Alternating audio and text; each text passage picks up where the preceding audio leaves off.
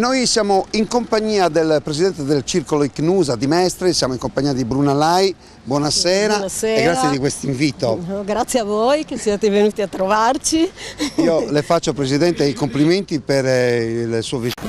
Grazie. Allora, lei arriva esattamente da dove? Da Villacidro. Da Villacidro. E questo è il costume di Villacidro. Ma quanti anni è che vive qui a Mestre? Sono qua 40 anni. 40 anni? 40 anni. Ho vissuto più qua che a Villacidro. Però nel cuore gli è rimasto Ma la per Sardegna. carità, io sono sarda sempre, sempre. Allora, mi racconti queste grandi esperienze che fate qui con il nostro circolo, perché so che continuate a portare avanti quelle che sono tradizioni, sapori, costumi dell'isola. Sì, tantissime cose organizziamo. Intanto partecipiamo sempre al circolo, che ogni giorno ci incontriamo. Parliamo di questa giornata, una giornata importante, quella di quest'oggi, organizzata in teatro, una giornata anche in cui si propongono quelli che sono i sapori della nostra Sardegna. Quanto è importante per voi far conoscere i prodotti isolani agli amici veneti? Ma noi non proponiamo altro solo che cose sarde, basta, sia i formaggi, sì, infatti c'è tanta gente per questo. Cioè, no? Ho visto dagli amici del Veneto grande amore nei confronti dei sardi. No, per quello sì, e ce ne vengono tantissimi anche al circolo. Vengono più dei sardi, perché i sardi sono un po' resti. Sì. Non vengono spessissimo? Non vengono spesso, vengono lavorare. Sabato, la domenica, invece i veneti vengono molto di più. Gli piace il vino? Gli piace il vino?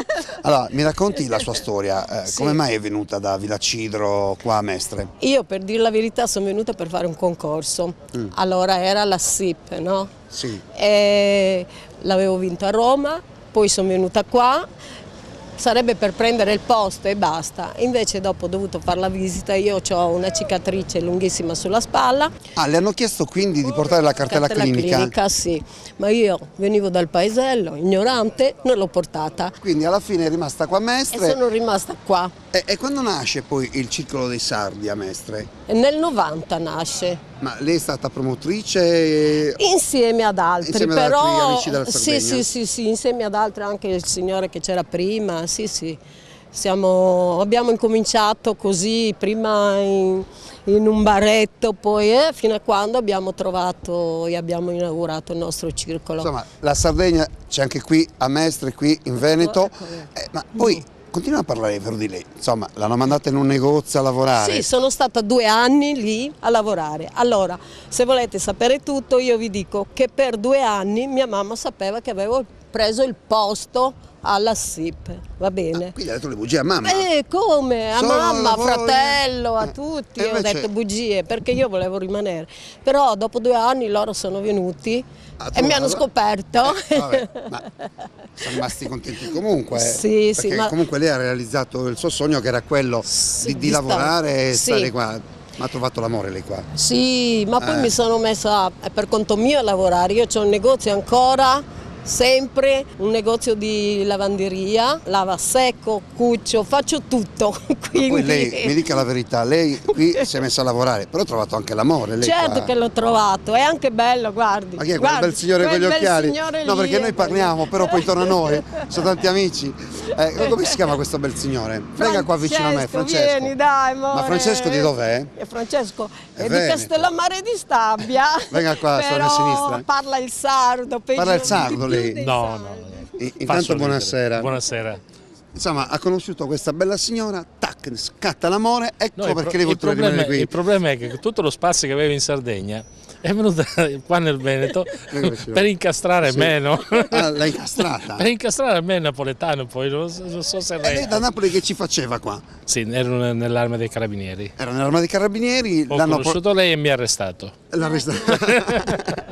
Insomma, quindi sì. Felicissimi. Sì, abbiamo 2 figlie grandi adesso, una sposata, siamo a posto.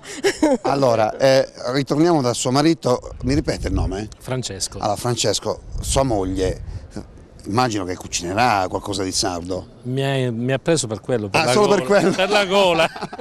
Ascolti, è il piatto che le piace di più sardo che sua moglie gli propone? Ma inizialmente mi ricordo sempre quando faceva carciofi con le patate, carciofi e patate novelle.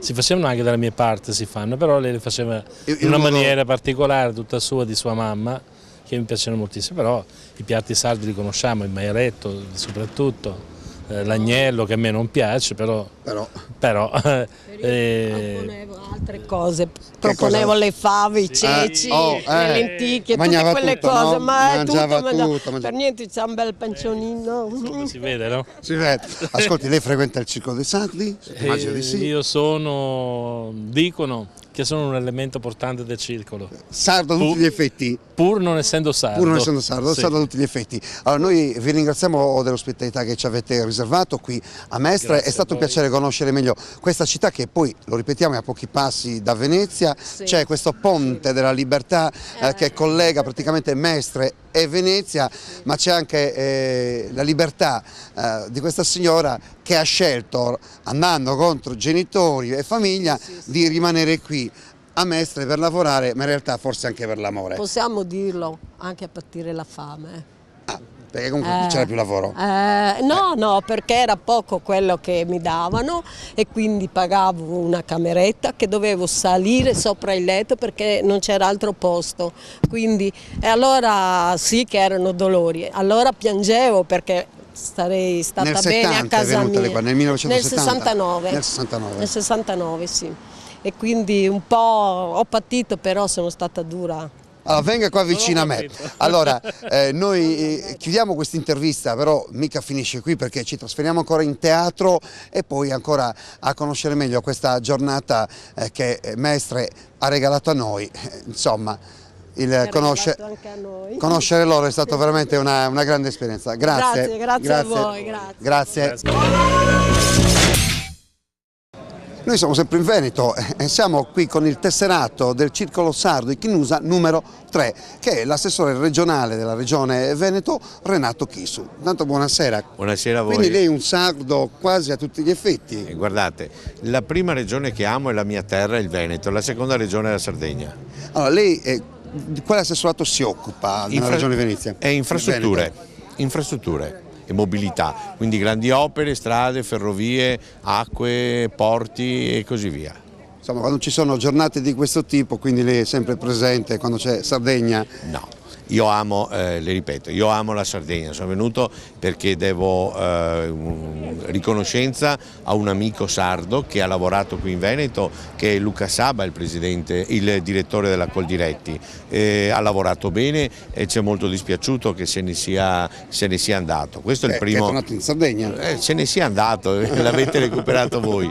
È un grandissimo personaggio con cui abbiamo lavorato benissimo. E il secondo motivo è che quando ci sono iniziative sarde io ci sono sempre, perché ripeto, amo la Sardegna, ho tantissimi amici sardi, ho dei parenti sardi, zii sardi, ma l'ho soprattutto vissuta, per questo l'amo.